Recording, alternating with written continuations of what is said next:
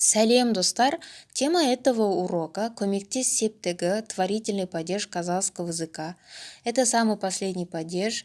Я остановилась каждому падежу отдельно, и если вы не смотрели, можете посмотреть. Коммектив септігі в казахском языке имеет окончание мен, бен, пен.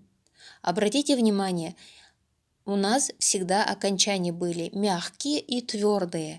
Именно коммектив септігі – это исключение из правил. Здесь все окончания мягкие.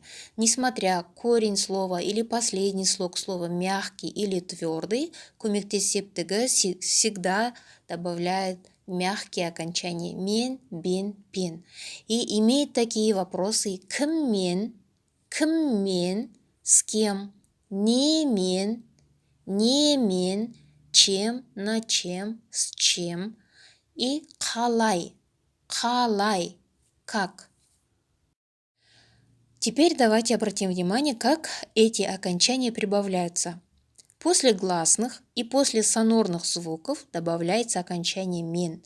Например, кіммен – жазушымен, с кем – с писателем. Кіммен – әжеммен, с кем – с бабушкой. После звонких з, ж добавляется бен. Қызбен, кіммен қызбен, с кем – с дочерью. Кіммен әкеңізбен, с кем – с вашим отцом. После глухих и звонких б, в, г, д добавляется окончание пен. Кіммен әсетпен, с кем – с Осетом. Кіммен Досжановпен, с кем – с Досжановым. Теперь кратко остановимся на значении, да? Первое значение, которое дает эти окончания, это совместное действие. Например, с кем ходила в торговый центр? Сауда орталығына кіммен бардың? Сауда орталығына кіммен бардың? Ходила с Ажар в торговый центр. Ажармен сауда орталығына бардым. Ажармен сауда орталығына бардым. Второе значение – это средство совершения действия. Чем режут хлеб? Нанды немен кеседі? Нанды немен кеседі? Хлеб режут ножом, нанды пышақпен кеседі. Нанды пышақпен кеседі. Чем моют руки? Қолды немен жуады? Қолды немен жуады? Руки моют с мылом, қолды сабынмен жуады. Қолды сабынмен жуады. Третье значение как средство передвижения, да? Вы на чем приехали из города? Сіз қаладан немен келдіңіз? Сіз қаладан немен келдіңіз? Я приехала из города на автобусе. Мен қаладан автобуспен келдім.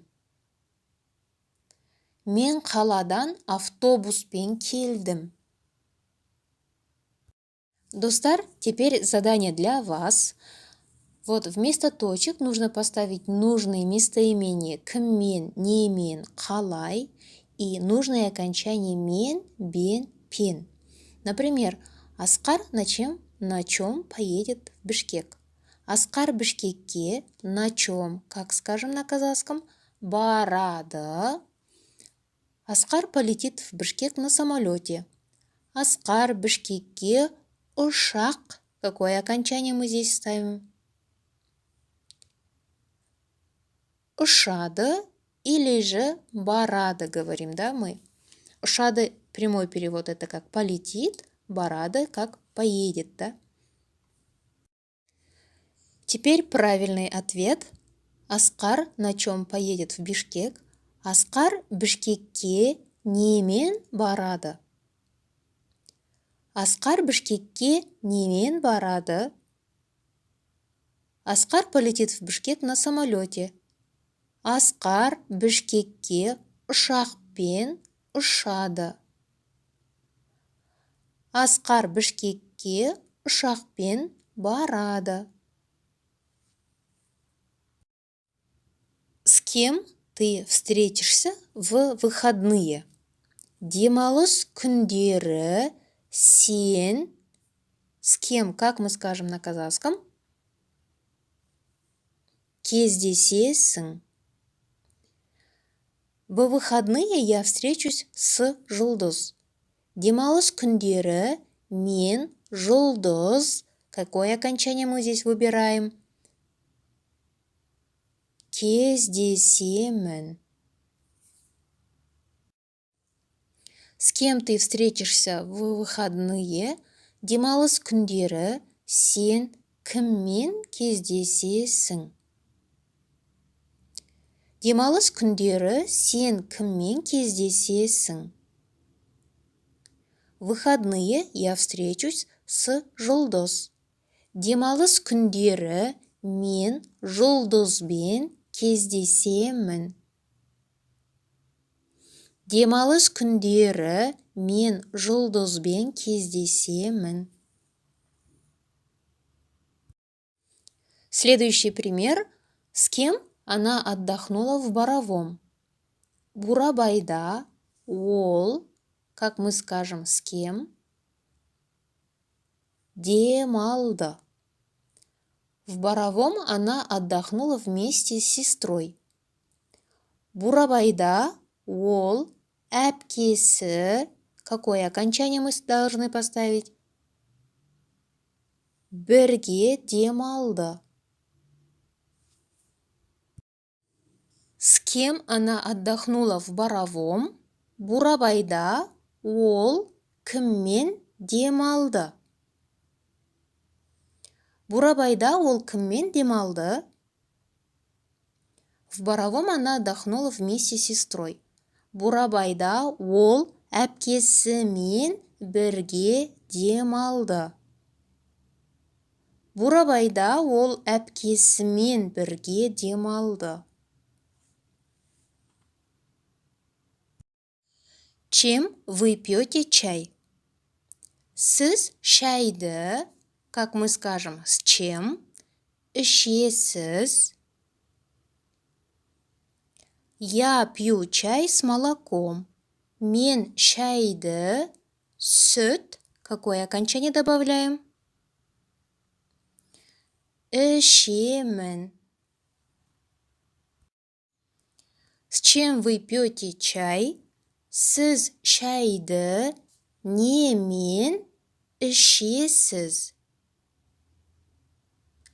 Сіз шайды немен ішесіз? Я пью чай с молоком. Мен шайды сүтпен ішемін.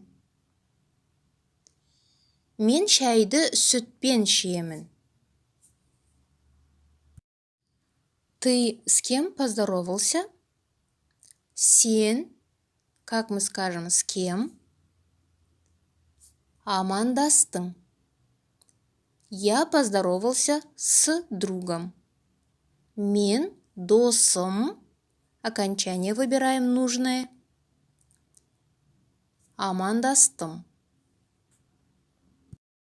С кем ты поздоровался? Сен кіммен амандастың? Сен кіммен амандастың? Я поздоровался с другом. Мен досыммен амандастым. Мен досыммен амандастым. Следующий пример. Он как или же на чем приедет? Ол, как мы скажем, как, на чем? Келеді. Он приедет на поезде. Ол, поезд. Выбираем окончание. Келеді. Он как, на чем приедет? Ол қалай немен келеді? Ол қалай или же немен келеді? Он приедет на поезде. Ол пойызбен келеді. Ол пойызбен келеді. Ты на работу на чем или же как едешь? Сен жұмысқа, как мы скажем, на чем или как? Барасың. Я еду на работу на такси. Мен жұмысқа такси барамын. Ты на работу на чем или как едешь? Сен жұмысқа немен барасың? Или же можно сказать, сен жұмысқа қалай барасың? Я еду на работу на такси. Мен жұмысқа таксимен барамын. Мен жұмысқа таксимен барамын. Достар, надеюсь, урок для вас был полезным. Подписывайтесь на мой канал, чтобы я дальше для вас могла снимать уроки. Келесі сабақта кездескенше сау болыңыздар.